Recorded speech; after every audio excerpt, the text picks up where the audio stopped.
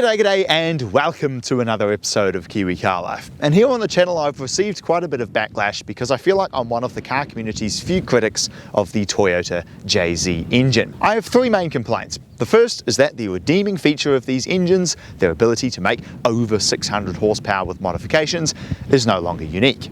Back in the 2000s they were the undisputed king of horsepower and nothing else could come close. But in this year alone, I've reviewed over a dozen cars that make 600, 800 or even 1,000 horsepower, and those cars don't need a 2JZ to achieve that. Which leads me to the second reason, which is the price. JZ powered cars are some of the most expensive platforms to modify now because over COVID the prices shot up by 5 or even 10 times what they used to be. And the third complaint is that what they're very good at just isn't of interest to me. I live in New Zealand where we have fairly low speed limits, and so a car with 800 horsepower is just completely pointless. I do, however, also acknowledge the fact that while I am extremely grateful to all the people who give me their cars to review, a lot of the 1JZ and 2JZ powered cars have been far from the finest examples. I reviewed a 1JZ Chaser, which was pretty fun, but in a large, luxurious body style with a 4-speed automatic, it was hardly an engaging drive. The manual 1JZ Soarer I did was immensely powerful, but the boost didn't hit until 5,000 RPM because of the Chinese turbo,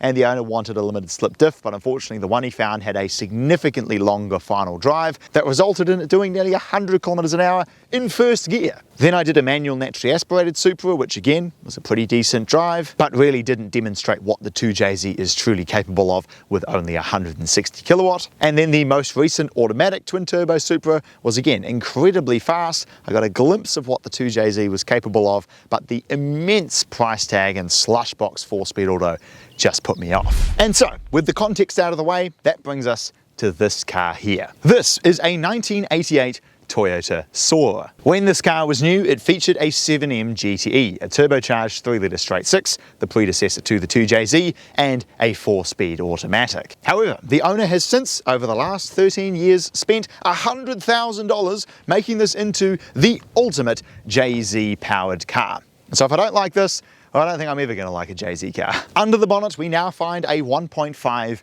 JZ, a 1JZ head from the 2.5 litre version, and a fully forged 2JZ block. The owner was telling me he literally bought a brand new 2JZ block from Toyota and then proceeded to throw away all of the factory pistons and bearings and rods and replace them all with forged ones. It of course now has much beefier coil packs, 6 1000cc injectors, an enormous throttle body and intake plenum, a catch can, a massive radiator, an enormous intercooler here at the front with all new intercooler piping that is being fed by the largest turbo I've ever seen on a car. And the result is 511 kilowatt or 685 horsepower and somewhere north of 800 Newton meters of torque. This is what people are talking about when they say the JZ engines are capable of making a lot of power. The owner also ripped out the 4-speed automatic and swapped in a 5-speed manual transmission that you would normally find in a Mark III Supra. And so when we take this for a drive later on, we will see what all of that does. The interior is very brown, as you would expect for a 1980s luxury Toyota, but the build quality is actually quite remarkable. The indicators and wipers feel fantastic. I love the incredible looking digital gauge cluster there. It features a microprocessed automatic air conditioner that you can control from the steering wheel. Where this car previously had the Thames adjustable suspension system, those buttons have now been converted into boost controllers. The seats adjust fully electronically here on the side. It even has a lumbar adjustment here. There's an air purifier switch here in the middle. This was the peak of 80s Japanese luxury. But now it's time to see if this thing will put 511 kilowatts to the road. Driving the 1988 Toyota Soarer. Let's hit this on-ramp here, the longest on-ramp in Wellington, and see what this thing does. Whoa, okay, yep. Yep, that's no joke.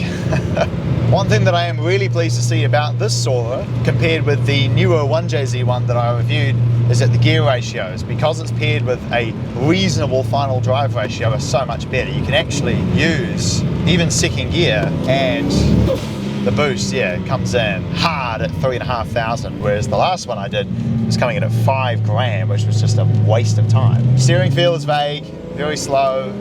Handling is okay. Brakes are really bad, if I'm honest. You have to push so hard and they really don't do much. Not very confidence inspiring. But of course, you know, this car's redeeming feature is its power.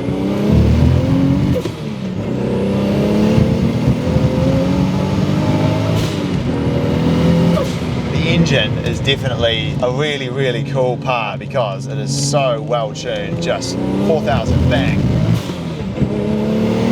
The power is just there. Turbo noises are awesome though.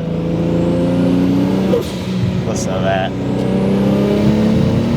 Phenomenal power. Decent handling actually, I gotta say. And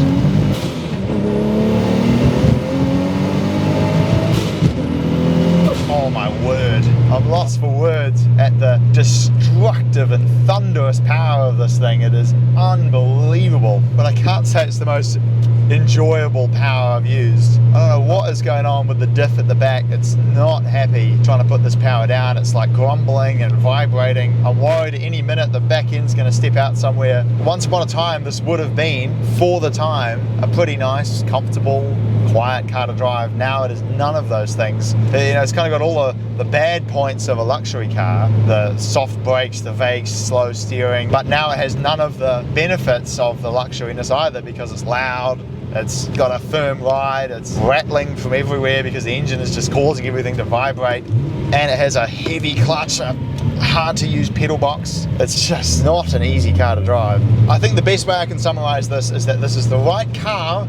It's about as good as you're going to get for a 2JZ powered car with a proper, reasonably close ratio 5-speed manual, making an outrageous amount of power up front in about the most comfortable, most usable body style that you can possibly get. And it's been phenomenally well put together. The owner has spent some serious time, some serious money making this thing into just an unbelievably incredible car to drive. The problem with it, it's not the car, it's me driving it. What I look for in a car is something with nice, quick steering. This has got slow, vague steering. I want something with an easy to use and responsive clutch, brake and throttle. This has got spongy brakes, a really stiff, hard clutch, and it's turbo, so you put your foot down and you wait for ages for the turbo to kick in. I like something that's loud when you put your foot down, but quiet when you just want to cruise about and easy to drive. This is not particularly easy to drive and it's just loud all the time. And sure, I like something that's fast, and this is absolutely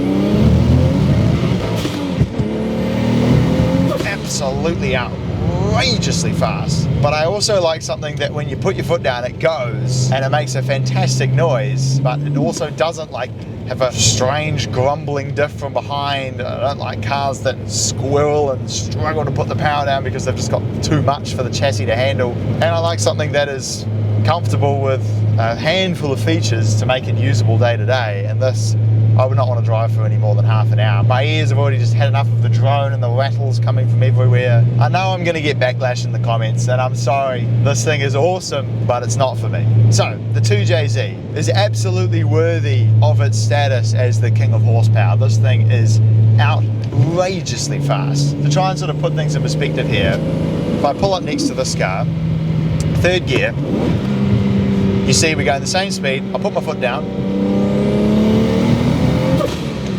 Look at the rate we go from next to them to just like shooting past. And once you get moving, it's actually not that hard to drive. Like you can pretty easily rev match, third, fourth, you know, to fifth. But like I said, this is an awesome car to drive for half an hour and to just be blown away by the performance. But I won't be that sad to give it back, and put it that way. And so with that, I shall give you one final 2JZ pull, and we'll very much look forward to seeing you again next time.